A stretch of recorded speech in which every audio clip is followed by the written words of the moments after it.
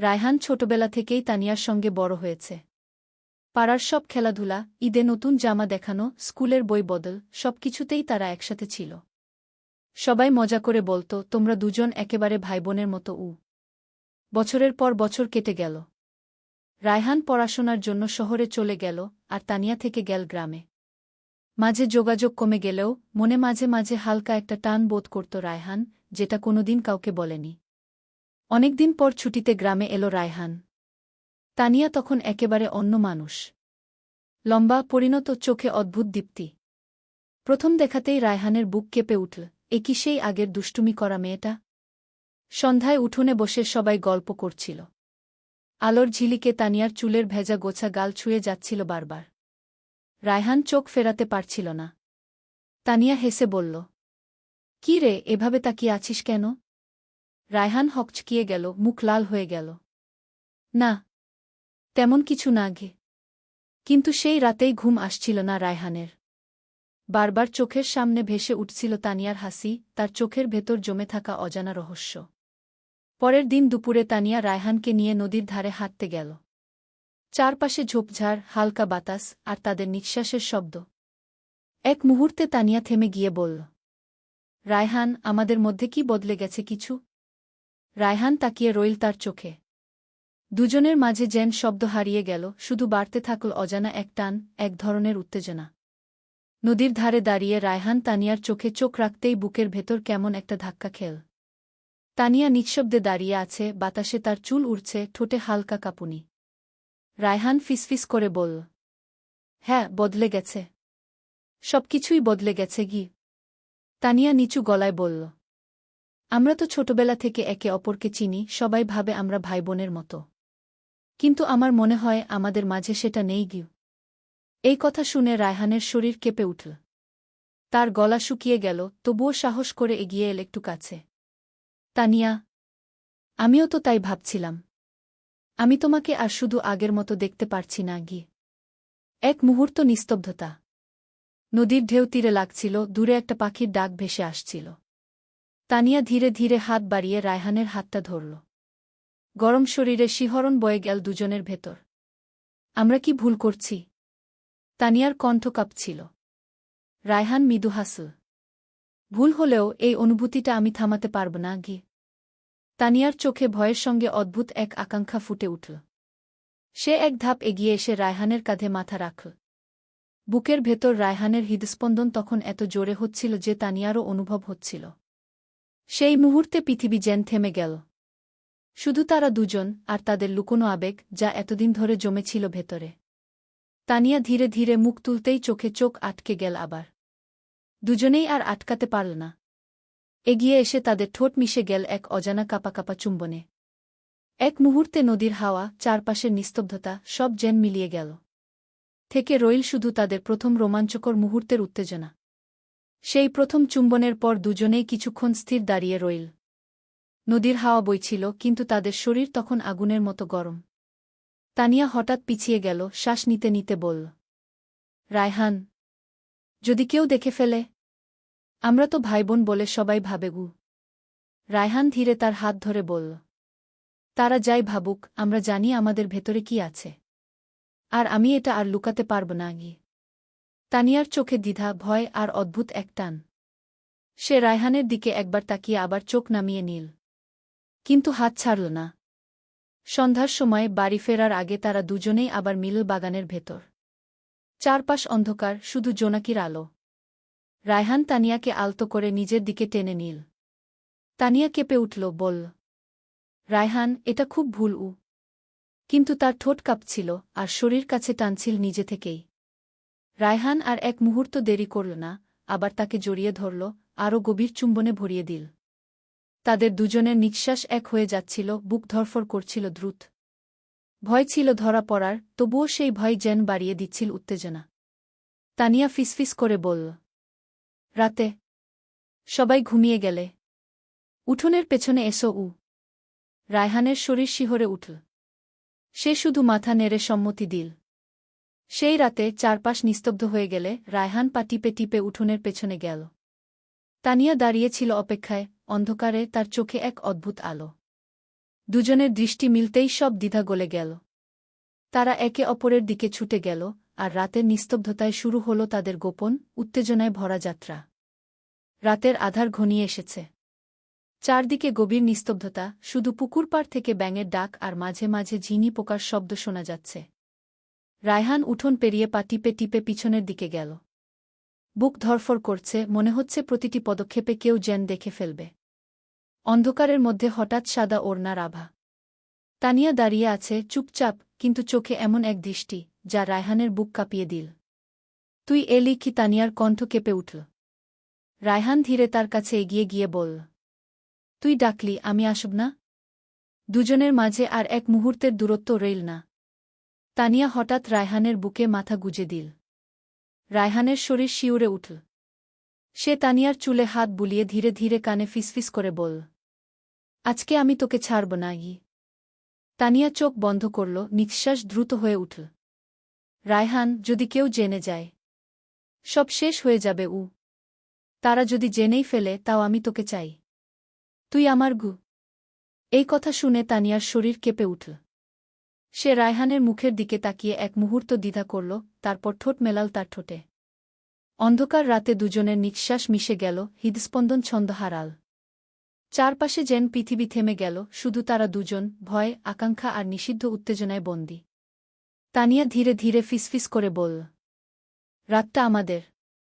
শুধু আমাদের। রাত তখন আরও গা হয়েছে। আকাশে মেঘ ভেসে যাচ্ছে, মাঝে মাঝে চাঁদের আলো উকি দিচ্ছে। পিছনের উঠোনের গাছের ছায়ায় রায়হান আর তানিয়া জড়িয়ে দাঁড়িয়ে আছে। তানিয়ার নিঃশ্বাস দ্রুত, গরম হাওয়া রায়হানের গালে লাগছে। সে চোখ বন্ধ করে বলল, রায়হান, এভাবে আর থাকতে পারছি না। তোকে ছাড়া কিছুই ভালো লাগে না। রায়হান তার কানের কাছে মুখ এনে ফিসফিস করল, আমিও তোকে ছাড়া কিছু চাই না। মনে হয় সবকিছু ছেড়ে শুধু তোকে নিয়ে চলে যাই। তানিয়া শিউরে উঠল। তার হাত দুটো রায়হানের বুকের উপর। অন্ধকারে দুজনের শরীর আরও কাছে আসতে থাকল, নিঃশ্বাস এক হয়ে গেল। হঠাৎ পাশের দিক থেকে কুকুরের ঘেউ ঘেউ শব্দ উঠল। তানিয়া ভয় পেয়ে রায়হানের গায়ে আরও চেপে ধরল। কেউ এসেছে নাকি? তার কণ্ঠ কাঁপছিল। রায়হান তার মুখ চেপে ধরে ধীরে বলল, চুপ। কেউ বুঝতে পারবে না। কিছুক্ষণ নিস্তব্ধতা। তারপর আবার চারপাশ শান্ত হয়ে গেল। ভয় কাটতেই তাদের আকাঙ্ক্ষা যেন আরও বেড়ে গেল। তানিয়ার চোখে এবার আর কোনো দ্বিধা ছিল না। সে রায়হানের কাঁধে হাত রেখে ধীরে বলল, আজ রাতে যদি ধরা পড়েও যাই, আমি তবুও পিছু হটব না। রায়হানের বুক কেঁপে উঠল। সে তানিয়ার হাত চেপে ধরে বলল, তুই পাগল। কিন্তু এ পাগলামিই তো আমাদের বাঁচিয়ে রাখে। এরপর তারা আবার একে অপরের ঠোঁটে ঝুঁকে পড়ল। আর চারপাশের রাতের অন্ধকারে হারিয়ে গেল তাদের গোপন রোমাঞ্চ আর উত্তেজনা। সেই রাতের পর থেকে রায়হান আর তানিয়ার জীবনে যেন নতুন এক নেশা ঢুকে গেল। দিনে তারা স্বাভাবিক, সবার সামনে হাসিঠাট্টা, যেন কিছুই হয়নি। কিন্তু রাত নামলেই সবার চোখ এড়িয়ে তারা খুঁজে নিত একে অপরকে।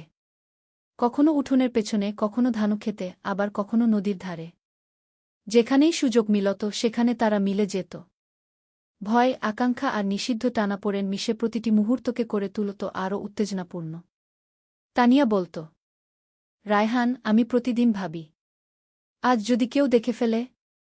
রায়হান তার চুল সরিয়ে কানে ফিসফিস করত, তারা দেখলেও আমি তোকে ছাড়ব না।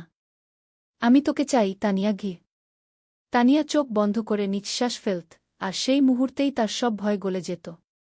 কিন্তু সমস্যা হল, এভাবে লুকিয়ে লুকিয়ে বারবার দেখা করতে করতে চারপাশে সন্দেহের বাতাস বইতে শুরু করল। পাড়ার কয়েকজন খেয়াল করছিল, কেন রায়হান আর তানিয়া বারবার হঠাৎ কোথায় যেন হারিয়ে যায়। একদিন বিকেলে, যখন রায়হান আর তানিয়া নদীর ধারে দাঁড়িয়ে, হঠাৎ পেছন থেকে কণ্ঠ ভেসে এল, তোমরা এখানে কি করছ?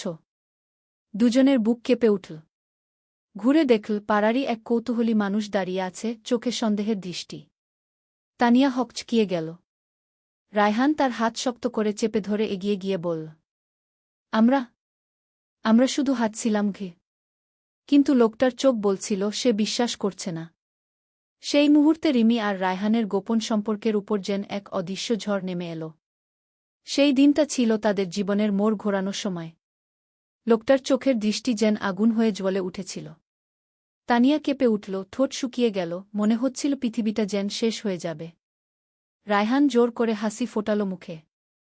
আচ্ছা ভাই, এখন যাচ্ছি আমরা গুই। কথা বলে সে তানিয়ার হাত ধরে সোজা বাড়ির দিকে হাঁটা দিল। কিন্তু দুজনের বুকের ভেতর তখন প্রচণ্ড ধুকপুকানি। তারা বুঝতে পারছিল খবরটা নিশ্চয়ই ছড়িয়ে পড়বে। রাতে তানিয়া কাঁদতে কাঁদতে বলল, রায়হান, যদি সবাই জেনে যায় আমি কোথায় মুখ দেখাব?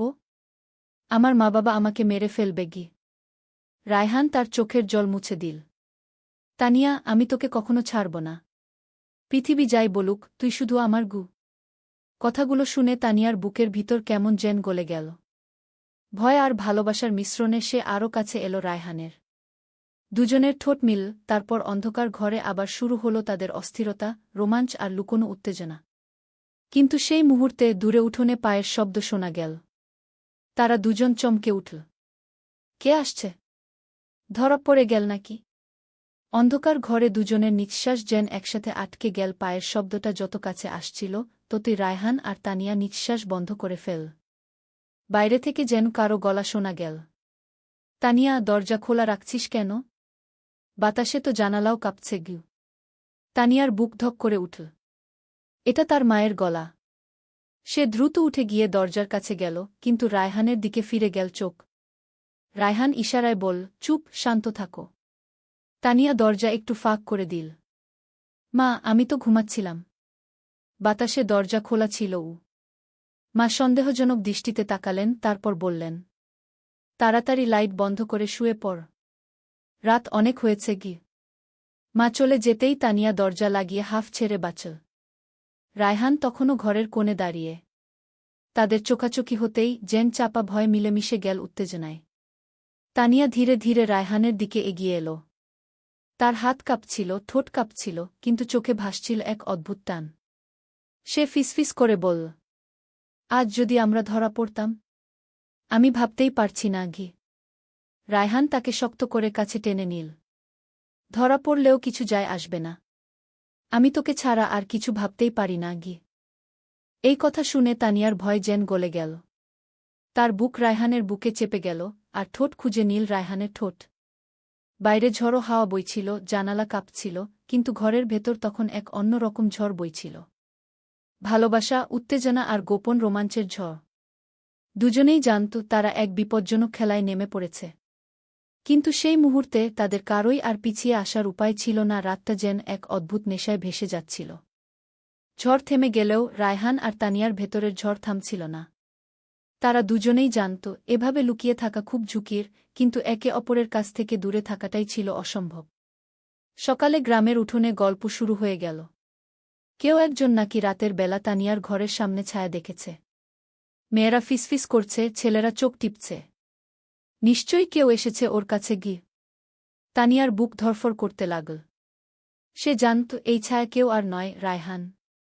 কিন্তু প্রকাশ করলে সব শেষ হয়ে যাবে। ওদিকে রায়হানও চুপচাপ থাকতে পারছিল না। বিকেলে সে তানিয়াকে মাঠের পাশে এক আমগাছের নিচে ডেকে নিল। চারপাশ ফাঁকা, শুধু পাখির ডাক আর শুকনো ঘাসের গন্ধ। তানিয়া মুখ নিচু করে দাঁড়িয়েছিল।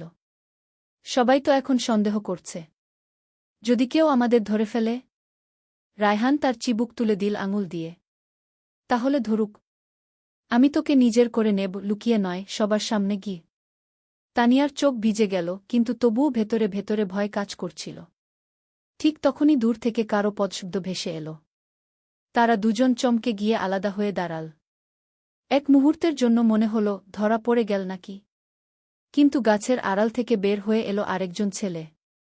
সে ছিল রায়হানের ঘনিষ্ঠ বন্ধু। তার ঠোঁটে রহস্যময় হাসি। আরে রায়হান, এখানে কি করছিস? আর তানিয়া, তুইও? রায়হান আর তানিয়া একে অপরের দিকে তাকাল। এবার কি তাদের গোপনটা ফাঁস হয়ে গেল?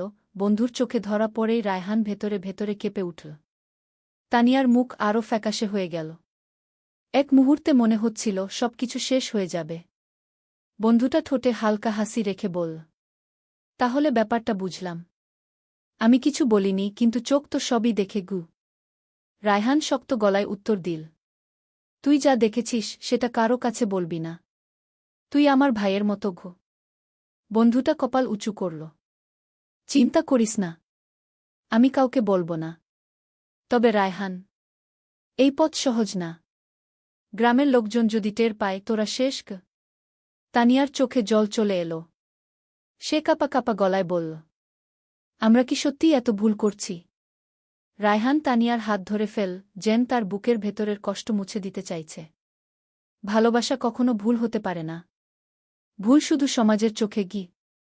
বন্ধুটা দীর্ঘশ্বাস ফেলে চলে গেল। কিন্তু তার সেই দৃষ্টি, আধা সম্বেদনা, আধা সতর্কতা, রয়ে গেল রায়হান আর তানিয়ার মনে। গাছের ছায়ে দাঁড়িয়ে তারা আবার একে অপরের দিকে তাকাল। চারপাশ ফাঁকা, শুধু বাতাসে শুকনো পাতার শব্দ। তানিয়া হঠাৎ রায়হানের বুকে মুখ লুকিয়ে বলল, তুই ছাড়া আমি বাঁচতে পারব না। কিন্তু এই ভয়টাও সহ্য করতে পারছি না। রায়হান তার চুলে হাত বোলাতে বোলাতে ফিসফিস করল, তাহলে ভয়কে ভুলে যা, শুধু আমায় ধরে থাক। পরক্ষণেই তাদের ঠোঁট মিল, যেন চারপাশের সব শঙ্কা গলে গেল। মুহূর্তটা ছিল নিষিদ্ধ, তবুও অবর্ণনীয় রোমাঞ্চে ভরা। ঠিক তখন দূরে হঠাৎ কারো কণ্ঠ ভেসে এল, এই, কে ওখানে? দুজনের বুক ধক করে উঠল। এবার কি সত্যিই ধরা পড়ে গেল?